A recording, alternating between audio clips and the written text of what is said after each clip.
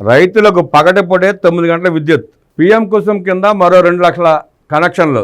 త్వరలోనే టెండర్ల ప్రక్రియ ప్రారంభిస్తాం. కనెక్షన్లు, ఉచిత విద్యుత్కు ఏటా 12,400 కోట్లు. రైతు బాగుంటే రాష్ట్రం బాగుంటుందన్న ముఖ్యమంత్రి చంద్రబాబు ఆలోచనలకు అనుగుణంగా వ్యవసాయ ఉచిత విద్యుత్ పథకాన్ని అమలు చేస్తున్నామని విద్యుత్ శాఖ మంత్రి గొట్టిపాటి రవికుమార్ పేర్కొన్నారు. శాసనసభలో విద్యుత్ శాఖకు సంబంధించి సభ్యులు బత్తుల బలరామకృష్ణ, ఉగ్ర నరసింహారెడ్డి, బండారు సత్యానందరావులు అడిగిన ప్రశ్నలకు మంత్రి సోమవారం సమాధానం ఇచ్చారు. ఈ కూటమి ప్రభుత్వం వ్యవసాయ విద్యుత్ కనెక్షన్లకు, ఉచిత విద్యుత్కు ఏడాదికి 12,400 కోట్లకు పైగా వ్యయం చేస్తోందని వివరించారు. కూటమి ప్రభుత్వం ఏర్పడిన అతి తక్కువ కాలంలోనే 22,709 వ్యవసాయ విద్యుత్ కనెక్షన్లు ఇచ్చామని చెప్పిన ఆయన మొత్తం 69,975 కనెక్షన్లను మంజూరు చేశామని స్పష్టం చేశారు. ఒక్కో వ్యవసాయ విద్యుత్ కనెక్షన్ కోసం కూటమి ప్రభుత్వం 2,60,000 ఖర్చు చేస్తున్నట్లు వివరించారు.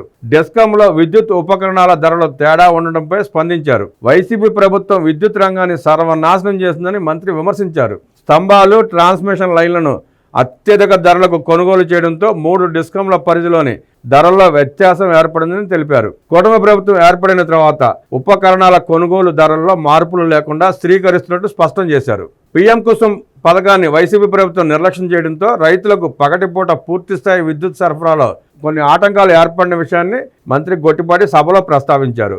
కేంద్ర ప్రభుత్వ సహకారంతో చంద్రబాబు ఆదేశాల ప్రకారం పీఎం కుసుమ్ పథకం ద్వారా అతి త్వరలోనే రైతులకు 9 గంటల నాణ్యమైన ఉచిత విద్యుత్తును నిరంతరాయంగా అందించే దిశగా అడుగులు వేస్తున్నట్టు తెలిపారు.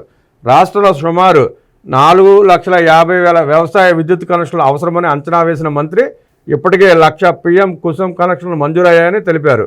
మరో 2 లక్షల కనెక్షన్లకు సంబంధించి కేంద్రం సానుకూలంగా స్పందించిందని చెప్పారు. వీటికి సంబంధించి త్వరలోనే టెండర్ల ప్రక్రియ మొదలు పెడుతున్నామని వివరించారు.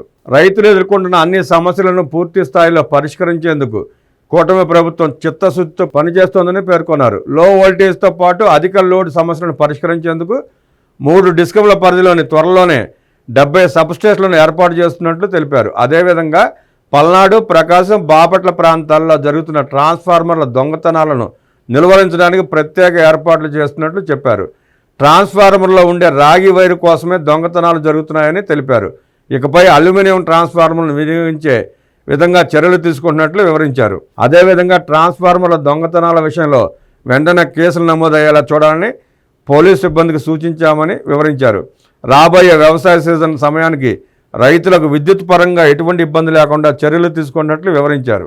భవనాల నిర్మాణాలకు అనుమతులు సులభతరం, స్వయ ధృవీకరణ పత్రం ఇస్తే సరిపోతుంది. ఏపీడీఎంసీ పోర్టల్లో అందుబాటులో సేవలు అన్నారు మున్సిపల్ శాఖ మంత్రులు మంత్రి పొంగూరు నారాయణ. భవన నిర్మాణదారులకు ఏపీ ప్రభుత్వం శుభవార్త తెలియజేసింది. ఇకపై 18 మీటర్ల లోపు లేదా 5 అంతస్తుల భవనాల నిర్మాణాల అనుమతులకు స్వయ ధృవీకరణ పత్రం ఇస్తే సరిపోతుంది. టౌన్ ప్లానింగ్ అధికారుల నుంచి ఎలాంటి అనుమతి అవసరం లేకుండానే భవన నిర్మాణాలకు పర్మిషన్ వచ్చేస్తుంది. కాకపోతే భవన యజమానులు, రిజిస్టర్డ్ ఎల్టీపీలు, ఇంజనీర్లు లేదా ఆర్కిటెక్టుల సమక్షంలో సరైన పత్రాలు సమర్పించి స్వయ ధృవీకరణ అఫిడవిట్ ఇవ్వాల్సి ఉంటుంది. దీనికి సంబంధించి గత నెలలోనే భవన నిర్మాణ అనుమతులకు కొత్త విధానం అమల్లోకి తీసుకొస్తున్న ప్రభుత్వం జీవో జారీ చేసినప్పటికీ సాంకేతిక కారణాలతో జాప్యం జరిగింది. భవన నిర్మాణాల అనుమతుల ప్రక్రియ త్వరితగతిన జారీ చేసేలా ఈ కొత్త విధానాన్ని సర్కారు అందుబాటులోకి తీసుకొచ్చింది. సెల్ఫ్ సర్టిఫికేషన్ ద్వారా నిర్మాణాలకు అనుమతులు ఇచ్చేందుకు అవసరమైన సాఫ్ట్వేర్ను ఏపీడీపీఎంఎస్ పోర్టల్లోకి అందుబాటులోకి తీసుకొచ్చినట్లు పురపాలక మంత్రి నారాయణ తెలిపారు. ఈ విధానం ఆమోదం పొందిన లేఅవుట్లు, గ్రామ కంఠం, సర్క్యులేషన్ ప్లాన్లు ఉన్న ప్రాంతాలు 1985కు ముందు నిర్మించిన భవనాల పునర్నిర్మాణానికి ఉపయోగపడుతుందని చెప్పారు. అర్హులైన పేదలకు ఇళ్ల పట్టాలు. ఇప్పటికీ 70,238 మంది నుంచి దరఖాస్తులు. జగనన్న ఇళ్ల పథకంలో అవకతవకలు నిగ్గు తేలుస్తాం. పేదలందరికీ ఇళ్ల పథకం కింద రాష్ట్రంలోని అర్హులైన పేదలకు ఇళ్ల పట్టాలు ఇవ్వాలని నిర్ణయించినట్లు రెవెన్యూ మంత్రి అనగాని సత్యప్రసాద్ తెలిపారు. ప్రతి పేదవాడికి తినడానికి తిండి, కట్టుకోవడానికి బట్ట, ఉండడానికి ఇళ్లు ఉండాలనేది టీడీపీ విధానమని, అందులో భాగంగానే కూటమి ప్రభుత్వం పేదలకు గ్రామీణ ప్రాంతాల్లో 3 సెంట్లు, పట్టణ ప్రాంతాల్లో 2 సెంట్లు ఇళ్ల స్థలం ఇవ్వాలని నిర్ణయించినట్లు చెప్పారు. గత నెలలో ఇందుకు సంబంధించి జీవో ఇవ్వగా ఇప్పటి వరకు 70,238 మంది దరఖాస్తు చేస్తున్నారని తెలిపారు. దరఖాస్తుదారులు ఎందరో లెక్క తేలిన తర్వాత ప్రభుత్వ భూములు ఉన్న చోట కేటాయిస్తామని తెలిపారు. ప్రభుత్వ భూములు లేకుంటే ప్రైవేట్ భూములు సేకరించి ఇళ్ల పట్టాలు ఇస్తామని చెప్పారు. శాసన మండలిలో వైసీపీ ఎమ్మెల్సీలు రాజశేఖర్, హనుమంతరావు తదితరులు అడిగిన ప్రశ్నకు మంత్రి సమాధానం ఇచ్చారు. గత వైసీపీ ప్రభుత్వం 30 లక్షలకు పైగా ఇళ్ల పట్టాలు ఇచ్చిందని చెప్పగా దాన్ని మంత్రి అనగానే ఖండించారు. 22 లక్షల పట్టాలు మాత్రమే ఇవ్వగా అందులో 7 లక్షల మంది ఆ పట్టాలను రిజిస్ట్రేషన్ చేయించుకోవడానికి ముందుకు రాలేదని, వారంతా ఎవరని ప్రశ్నించారు. వీరు నిజంగా అర్హులైతే రిజిస్ట్రేషన్ చేయించుకోవడానికి ఎందుకు ముందుకు రాలేదని ప్రశ్నించారు. గత ప్రభుత్వం సెంటు స్థలం మాత్రమే ఇవ్వగా మా ప్రభుత్వం 2-3 సెంట్లు స్థలం ఇవ్వనుందని తెలిపారు. అంతేగాక ఇంటి నిర్మాణానికి 4 లక్షల సాయాన్ని అందిస్తోందని తెలిపారు. గత ప్రభుత్వం కేవలం 2.5 లక్షలు మాత్రమే, అది కూడా కేంద్ర ప్రభుత్వం నిధులనే ఇచ్చారని తెలిపారు. జగనన్న ఇళ్ల పథకం పెద్ద కుంభకోణంలా మారింది. లబ్ధిదారుల ఎంపికలో పెద్ద ఎత్తున అవకతవకలకు పాల్పడ్డారు. ధనవంతులు, ఉద్యోగులు, పార్టీ కార్యకర్తలు అన్యాయాలకు ఇళ్ల పట్టాలు పంచిపెట్టారు. ఇళ్ల పట్టాల కోసం భూముల కొనుగోలులో పెద్ద ఎత్తున అవకతవకలకు పాల్పడ్డారు. నివాస యోగ్యం కాని భూములను, శ్మశానాలు, డంపింగ్ యార్డులు పక్కనున్న భూములను, వర్షం వస్తే మునిగిపోయే భూములను 2-3 అధిక ధరలకు ప్రభుత్వంతో కొనిపించారని మండిపడ్డారు.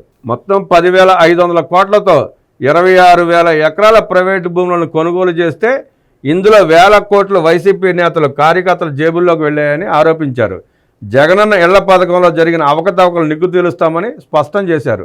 చంద్రబాబు నాయకత్వంలోని కూటమి ప్రభుత్వం మాత్రం పేదలకు మేలు చేయాలని లక్ష్యంతోనే అందరికీ ఇళ్ల పథకాన్ని చేపట్టిందని తెలిపారు. అర్హులైన ప్రతి పేదవాడికి ఇంటి పట్టా ఇచ్చి ఇల్లు కట్టించి ఇచ్చే బాధ్యతను కూటమి ప్రభుత్వం తీసుకుంటుందని స్పష్టం చేశారు. ఆంధ్రప్రదేశ్లో 5 ఎమ్మెల్యే కోటా ఎమ్మెల్సీ స్థానాలకు నోటిఫికేషన్ విడుదలైంది. ఈ నెల 10వ తేదీ వరకు నామినేషన్ దాఖలకు అవకాశం ఉంటుంది. 11 నామినేషన్ల పరిశీలన, 13 నామినేషన్ల ఉపశమనకు గడువు ఇచ్చారు. ఈ నెల 20న పోలింగ్ జరగనుండగా అదే రోజు సాయంత్రం కౌంటింగ్ నిర్వహిస్తారు. జంగా కృష్ణమూర్తి, దువ్వారపు రామారావు, బీటీ నాయుడు, అశోక్ బాబు, యనమల రామకృష్ణుల పదవీకాలం ఈ నెల 29తో ముగియనుంది. దీంతో 5 ఎమ్మెల్యే కోటా ఎమ్మెల్సీ స్థానాలకు సీఈఓ వివేక్ యాదవ్ నోటిఫికేషన్ విడుదల చేశారు. కాగా ఎమ్మెల్సీ ఎన్నికల రిటర్నింగ్ అధికారిగా అసెంబ్లీ డిప్యూటీ సెక్రటరీ ఆర్ వనితారాణిని ఎన్నికల కమిషన్ నియమించింది. మరో 2 అసిస్టెంట్ రిటర్నింగ్ అధికారులను కూడా నియమించింది. సోమవారం నుంచే 5 ఎమ్మెల్సీ స్థానాలకు నామినేషన్లు స్వీకరిస్తారని సీఈఓ వివేక్ యాదవ్ నోటిఫికేషన్లో పేర్కొన్నారు.